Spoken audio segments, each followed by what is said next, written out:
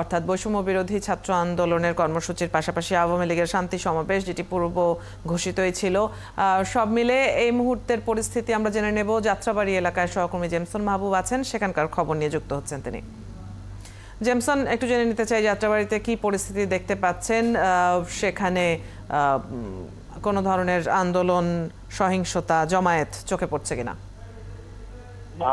যাত্রাবাড়িতে এখন পর্যন্ত আমরা যেটি দেখছি যে আমরা ঠিক ফ্লাইওভারে আপনার গোড়ার দিকে যে দৃশ্যটি দেখছেন সেখানে কিন্তু একটা পক্ষ অবস্থান নিয়েছে এবং তারা হচ্ছে আপনার সরকার বিরোধী পক্ষ একটা অবস্থান নিয়েছে এবং এই পাশে কিন্তু সরকারের পক্ষে অবস্থান নিয়েছে এবং তারা কিছুক্ষণ আগে খন্ড খন্ড মিছিল করে তারা মিছিল করছে এবং কিন্তু মিছিলগুলো হচ্ছে আপনার যে যাত্রাবাড়ি থানার ঠিক সামনের যে জায়গাটি রয়েছে সেখান থেকে তারা আবার রিটার্ন করে তারা চলে যাচ্ছে এবং ওই অন্য পক্ষে কিন্তু যারা অবস্থান নিয়েছে তারা কিন্তু একেবারে ব্রিজের গোড়ায় অবস্থান নিয়েছে এবং তার পরে যেটি হচ্ছে আপনার সাইনবোর্ড পার হওয়ার পরে যে রাস্তার জায়গাগুলো রয়েছে সেই জায়গাগুলোতে আসলে আমরা গণমাধ্যম কর্মীরা দেখছি যে এখন আমরা যেখান থেকে অবস্থান করছি সেখান থেকে কিছু ধোঁয়া আমরা দেখতে পাচ্ছি।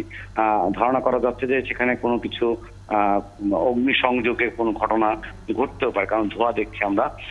কিন্তু দেখেন যে যে নিরাপত্তার কারণে আমরা সংবাদকর্মীরা জানেন যে এই মুহূর্তে কিন্তু সংবাদকর্মীরাও কিন্তু এই যে সংঘর্ষ হচ্ছে সেই সংঘর্ষের সংবাদকর্মীরাও কিন্তু নিরাপদ নয়। তো সেক্ষেত্রে আমরা যতটুকু নিরাপদ অবস্থান থেকে আমরা সংবাদ সংগ্রহ করার চেষ্টা করছি সেই জায়গা থেকে আমরা আসলে অনেক কিছুই বুঝতে পারছি না, কারণ হচ্ছে যে ধোঁয়া দেখছি কিন্তু কিসের ধোঁয়া সেটি কিন্তু হয়তো একটু পরে খবর নিয়ে আমরা আপনাকে জানাতে পারবো। কিন্তু অবস্থান কিন্তু দুই পক্ষ অবস্থান নিয়ে দুই পাশে অবস্থান নিয়েছে এবং মাঝখানে পুলিশ কিন্তু আইন শৃঙ্খলা বাহিনীর সদস্যরা পুলিশ আপনার এখানে আমরা দেখছি কিছুক্ষণ আগে সেনাবাহিনীর একটি গাড়ি এখান দিয়ে। জেমসন, আপনি সংবাদ সংগ্রহ করছেন, নিশ্চয়ই বিস্তারিত সংবাদগুলো আমরা পরবর্তীতে জানতে পারবো। সহকর্মী জেমসন মাহবুব আমাদের সাথে যুক্ত হয়ে জানিয়ে দিচ্ছিলেন যাত্রাবাড়ির খবর।